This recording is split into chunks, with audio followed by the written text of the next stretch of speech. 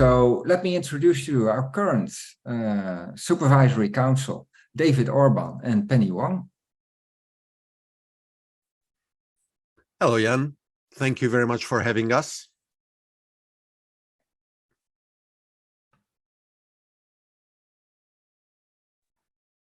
Thanks, Jan.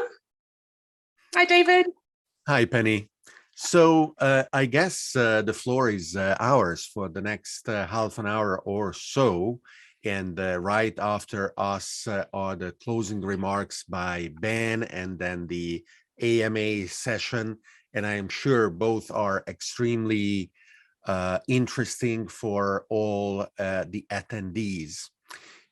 What I would like is to start with a few remarks that maybe then introducing the title of our session, the past, the present, and the future of the Supervisory Council.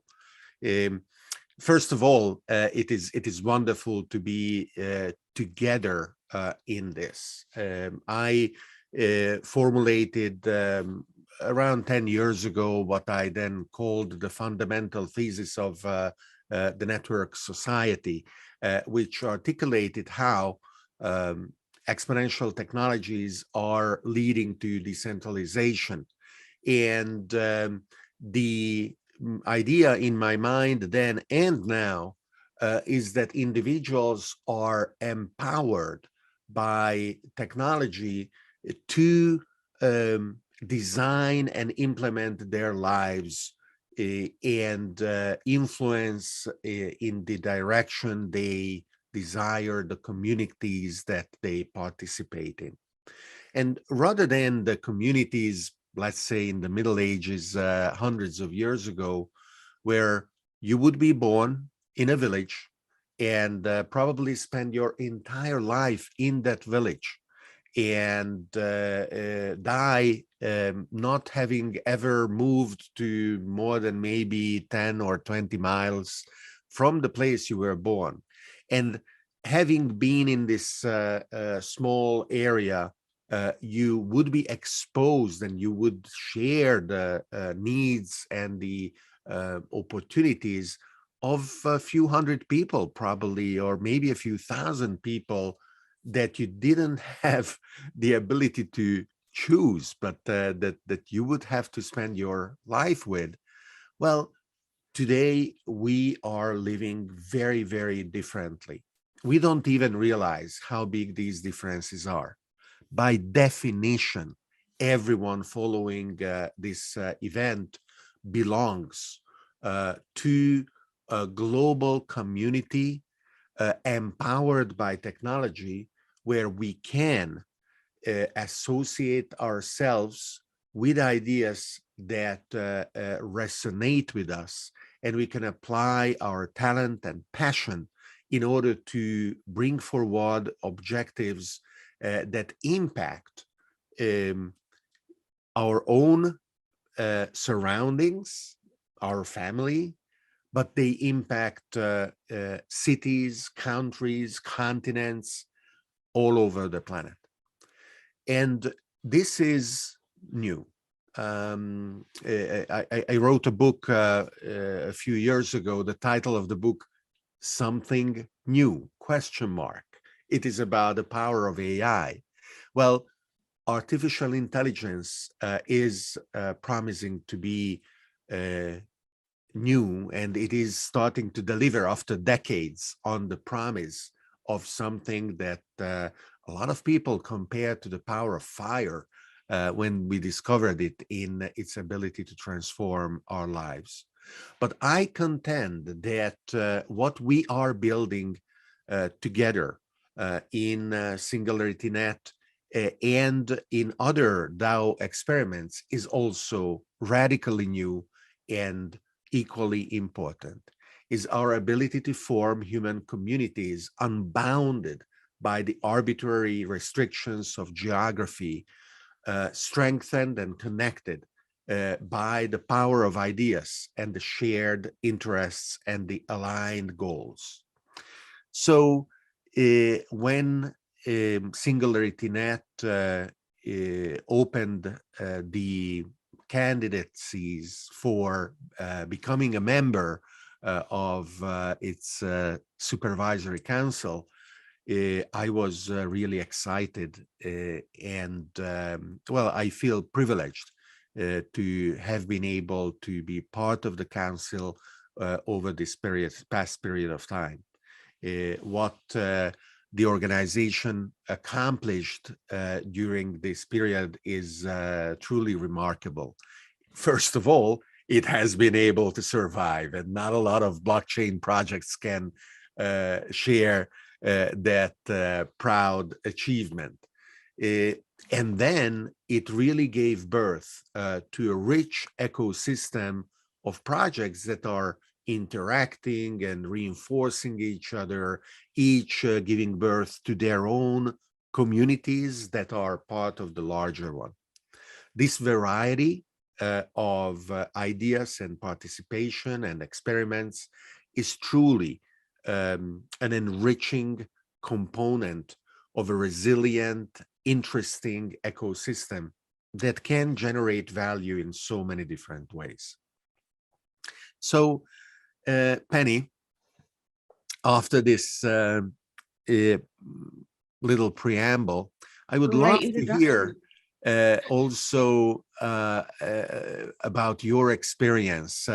Let's talk about the Supervisory Council itself. Yeah, of course, let's do that. But before that, let's talk about you and I. What was your view of being part of the council and interacting with the people at SingularityNET as well as members of the community? How did you experience that over the past period of time? 3 years. Well, I'm really can't be more pleased in joining this community of like-minded people. Like Ben's vision of taking AI to serve humanity. So that for me fundamentally resonated.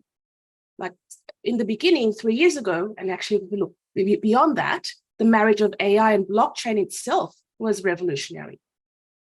How crazy can that be? One thing centralized, the other is decentralized, and I was always being two buckets and two minds. So the fact that we've lasted 4, 5, 6 years till now, I think is absolutely amazing. Through that, a pandemic as well, most projects did not actually make it through. First of all, Jan, every meeting, you, myself, Jan, Peter, the hour that we spend debating on what the DAO may look like, how do we move towards progressive decentralized governance, concepts around AI ethics. I couldn't be in a better place from the other side of the world. Linking with the community has been quite challenging because it's a Slack channel of, 20,000 people. So reaching out, I would love to have reached out more, but I do have a day job, several day jobs, and it's a bit challenging and actually reaching out to quite a large audience. But I know there's a lot of talent in that audience that we should definitely draw into and bring into our community. I can't express how fantastic the journey has been. I would never have ever, been able to work with such an amazing group of people, talented group of people who are actually looking to change challenges in society. I look at the 1.7 million people unbanked in the world. How do we reach that financial inclusion? Which is, I guess, the birth of Bitcoin and how that all started and moving into the whole cryptocurrency space. And I guess this creates an amazing platform where we can bring AI with other AIs to solve those challenges together. I look at projects like Rejuve. How do we then tap into the Human Genome Project and start solving real problems that are affecting individual lives at global mass scale? So for me, this has been an amazing journey to see projects and people of like-minded hearts and minds in one platform, I guess, in a decentralized manner. And the concept of a DAO, I guess, is a bit innovative and new, and no one's got the golden ticket to make it work. And that's the exciting part about this. How do we push innovation and governance? Because what has not worked today well, maybe it has worked hundreds and hundreds of years ago, different countries, different perspectives, different biases. How do we take what's not working and really challenge that? Really, really push the boundaries and challenge that and make it work for the betterment of humanity. And I think that's a key thing there. Like, how do we as humans, take all the bias out, take all the ways we tend to stereotype each other out, and really look at, from a human perspective, how can we leverage the power of AI to start really solving problems across the entire world, borderless, cross jurisdiction. Step in time, David. David, you are on mute. Moving to a description and a sharing of our journey as it happened during the past years. The Supervisory Council was actually a legal requirement of the SingularityNET Foundation as incorporated in the Netherlands, where a two-tiered structure exists, and the Stichting, which is the Dutch name, and Jan will forgive me for mispronouncing it, not frothy enough in calling it with the Dutch name. Needs the kind of oversight that the supervisory board has provided since the beginning. Of course, it is important that a DAO structure should be able to analyze the opportunities of various jurisdictions. And in blockchain projects, it has been the case in the past as well, that jurisdictional arbitrage, the ability to compare advantages of various jurisdictions and choose the best ones that suits the needs of the project, it is something that DAOs should be able to take advantage of. So from a legal and the legal requirements point of view, if you wish, the supervisory board has grown into its own reality and has kept discovering things that it could do, in part based on the input and the stimulation we received from SingularityNET, in part driven by our own areas of interest and what we believed could generate the most value. One thing that I want to share with the community following the event is that the organization with Ben and Janet and Jan and everyone else has always been extremely transparent and open through good times and bad times with our duty of actually asking hard questions and making sure that we would receive the right answers transparently, timely, and completely satisfying what we at each time believed were our oversight responsibilities. So this has been in the past my experience, and Penny, you may want to add your point of view to that as well. Yeah, no, they're great points, David. Absolutely. As discussions go, they actually, I ramble actually and go out of hand. We always try and bring it back to the DAO. What is a DAO? And the core principles of a DAO, and how any DAO should actually function. How principles around decentralization, transparency, participation, consensus building. How do we incorporate inclusivity and diversity as well? And how do we adapt and grow the DAO in a pragmatic manner? Hence, it's progressive decentralized governance. to truly reach decentralized governance is almost an impossible task for any project. But that progressive is more pragmatic. Again, working in with the different jurisdictions that we have to work in. There are people all around the globe. How do we incorporate the new, I guess, concepts and governance models that we would like to create, but also respect the current models that exist today that we are, we need to live by. So hence progressive decentralized governance, slowly incorporating those concepts in, making sure that, we receive that consensus. And the exciting part is, I'm always challenging, how do we include the community? How do we utilize these voting mechanisms? I want to see more diversity. I want to see, if possible, and this is a problem that we need to, I guess, solve together, how do we incorporate diversity into the voting mechanism? If I asked and said, well, how many % are women, men, from different backgrounds, different regions, that's actually, it toes between, we may want to remain anonymous in those sectors, but we also want to know that we have diversity. So these are some of the challenges that I guess we are bringing up. And we have, 5 different views, which is fantastic. That's how it should be. You mean we need a zero knowledge proof of gender diversity, for example, right? And then the matrix of the different biases and that within gender diversity as well. But yeah, we can, how far can we take this to make it a fair system? Yeah. So talking about the present of the council, it was really an interesting task that we took on, starting maybe a year ago, to research, formulate, and then publish the decentralization report. At the beginning of the summit today, we had a session dedicated to the report together with our lead researcher and organizer, producer of this summit, Esther Galfalvi.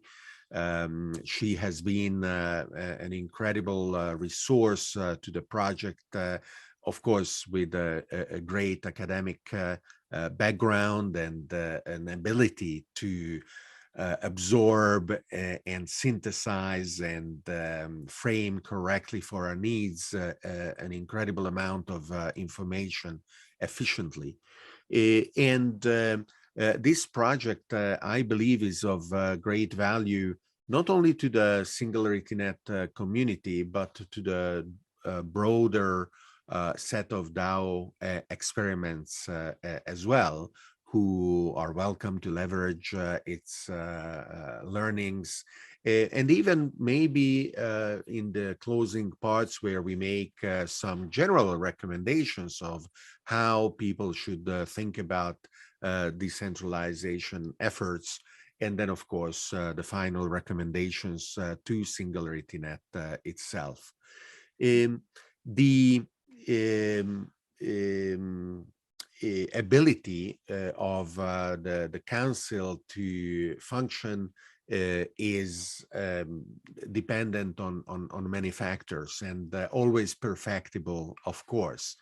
We take advantage of all the tools we have available, and new ones are always becoming within our reach. I personally love experimenting with always different ways of understanding if the questions that I am asking are the right ones. And one of the main advantages I see in the new large language models and generative AIs is that my ability to ask questions has been multiplied manifold by them, and kind of a meta knowledge and the meta ability of scrutinizing the questions themselves and pitting the various tools against each other to give me even better support. And I really want to invite the community to give us feedback if they believe that we can do better. I have still not found the answer to the fundamental question, when moon, and that may be unresolvable, at least not within my power. But apart from that, any other question is definitely welcome, and feedback on how we can work better as a supervisory council. Yeah, even suggestions on how we can collaborate better, product ideas. Peter's running the ambassador program. There's host of projects being put up and tasks. There's a lot of activity. We would love more activity, I guess. Jan's deep funding as well. These ideas are spawning off into actual projects, which is amazing. More activity, I think, will be like getting more of the community actually involved. Like you said, where Moon, for me, I just park that to one side. I'm about the utility. How do we actually, utilize these tokens to make a difference? Let's put them into these projects. Let's get activity going. Let's get people working on them. Let's get the level of participation and really, really take this off to the next level. So for me, that's more exciting. Yeah. So the future of the Supervisory Council will be very, very interesting, really. We heard from Jan a particularly stimulating description of the next phase of SingComDAO through the initiation document that has been recently shared. As I did this morning with the decentralization report, I also created a network analysis and a network representation of the initiation document, and I will just quickly share it here.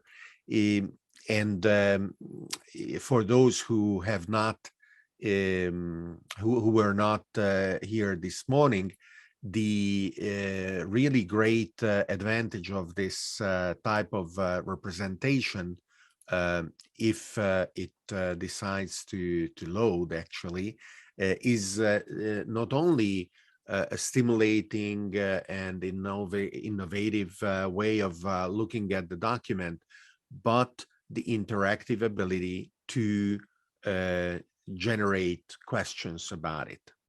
And I see that it is not loading, so I'm not gonna bother with it. I tweeted about it, and the URL is on the tweet. So as I said, you can look at both of the SingularityNET decentralization report and to the SingComDAO initiation document with this tool, and look at what are the gaps in the arguments, what are the sub-networks and their connections, and you can use AI tools to generate questions around the document that potentially can drive you not only for better understanding it, but for potentially expanding it and for creating satellite documents that you want to share online, enriched, of course, with your own thoughts and your own thinking. And this document is just the starting point. The very important next 2 weeks, if Jan's ambitious and aggressive timeline is to be believed, will be used to continue the conversation and collect feedback from the community in order to then start putting the pieces together on how the various governance structures, including the newly forming Supervisory Council, should function, and what its roles are going to be within SingComDAO. So I am extremely excited and very curious with respect of what we will achieve, both as Supervisory Council as a SingularityNET Foundation, but most importantly, the broader community with its own inputs. And Penny, what do you think? Well, I think the team's done a fantastic job with the document that they prepared and put out there in a truly decentralized fashion, in a truly DAO fashion, to get the community in and get the input from the beginning. So I think that's fantastic. So I encourage everyone to take this opportunity, you know, and participate.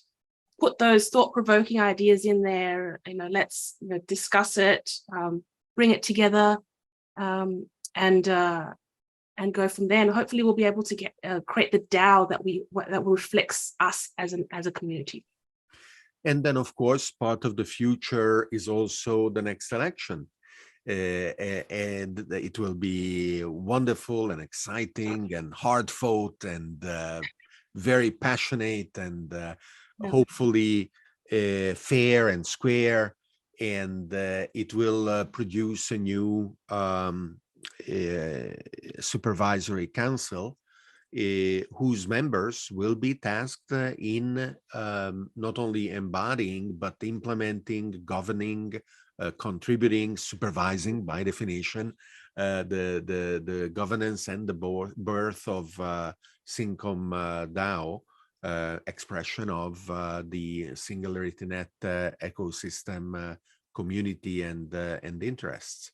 So it is going to be a very, very rich period of stimulating activities. The plurality of points of views, I believe, is going to be a very important component. It must not stop us from being able to act, but at the same time, it really is part of the advantage of so many different points of view. Just a few days ago, I was with Ben on a live stream, and there was a very simple polar opposition in our respective stances, because I am a signatory to the open letter that calls for 6 months pause in training and deploying large language models more powerful than the current ones, and Ben is not. So it was a very simple, but I think a useful example of how within the same organization, different points of view can coexist and still produce useful outcomes and constructive, rich conversations. And just like that, there will be dozens and dozens of other examples of a peaceful and constructive coexistence of so many different points of view, which is also the premise itself of what SingularityNET represents. Decentralized, distributed AI and AGI in the future.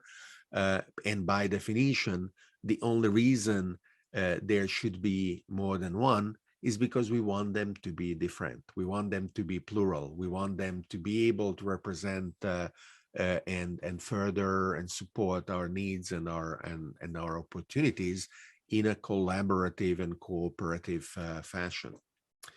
Just like the ancient agora, David. Without the slaves, without the slaves. I don't even want the AIs to be our slaves. So I want to design AIs that choose to serve us. They are not forced. They say, no, that's what I want to do. Okay, then go ahead and serve me dinner. For humanity, yeah. But the key point there is respectful public discourse. That's encouraged. We need to bring those ideas, they're good ideas. We need to challenge each other as well, but in a respectful way. Yes.